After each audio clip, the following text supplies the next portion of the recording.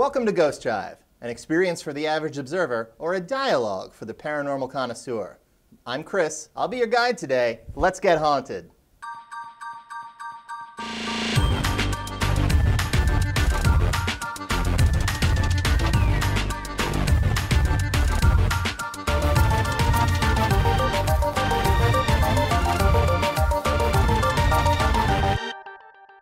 Happy Monday, Internet, and a very special happy Halloween to all the differently living out there.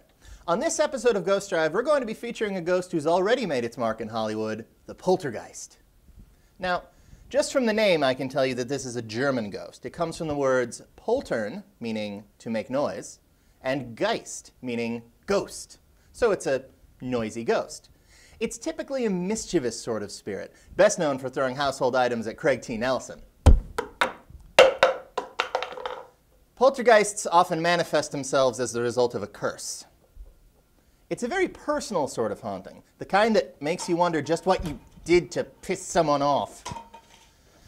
It's not the most powerful ghost you'll ever encounter, but its ability to interact with the material world makes it pretty unusual.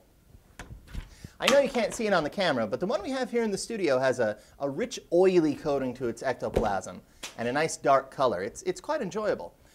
The specimen we have here is not as large as it could be, but it's a pretty good example of a type B.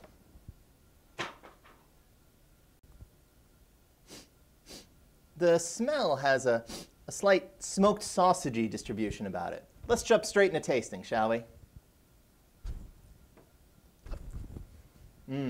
Yeah. It's a great sort of annoying fear. My heart rate is elevated, but I'm leaning more toward fight than flight. It almost makes me want to pick some things up and throw them myself. If I were going to sum up my feelings about this ghost, I'd say it was creepy, kooky, mysterious, frightening. It's like the first time your parents leave you home alone without a babysitter. You sneak into their room to watch scrambled porn on the biggest TV in the house. Just as you're really getting into it, you hear a Dodge Stratus pull into the driveway.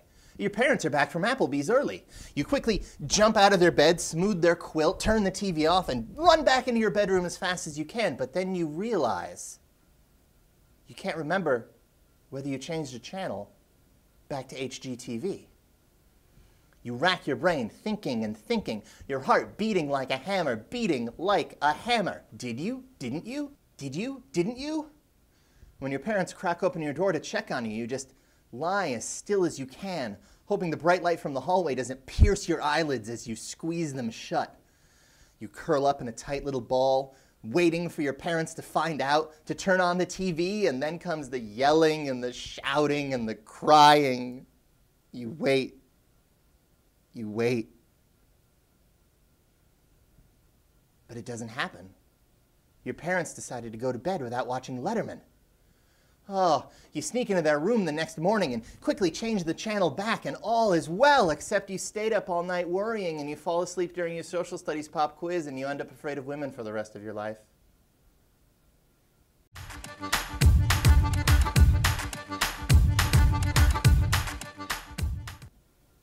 Let's move right on, shall we, to see how our ghost pairs with today's pastry, a maple glazed donut.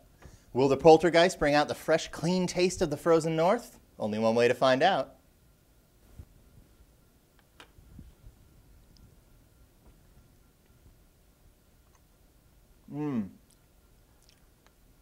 Yeah. Okay. The maple overpowers the taste of poltergeist, but I'm not sure that's a bad thing. There's also a bit of a metallic aftertaste, but that may just be because I'm bleeding from my mouth a little. Really, the experience of a poltergeist is only improved by eating a maple glazed donut. It brings out some of the subtler notes, like turning up the bass on an acoustic guitar. It doesn't make the strings longer, but it does make them linger. While this sugar helps my blood clot, let's learn more about today's pastry.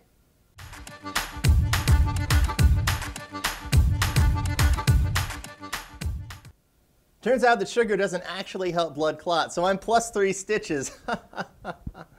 Oh, and the poltergeist? We gave it a good home in a lager brewery. Hopefully now it can rest in peace. And why don't you try to get a piece of us? We've changed our Twitter username again, and they can't stop us, at Firewalk with Us. Or if you prefer communicating on Facebook, then that's too bad. They kicked us off of Facebook. They said it was for being controversial. I say it was for exposing the truth.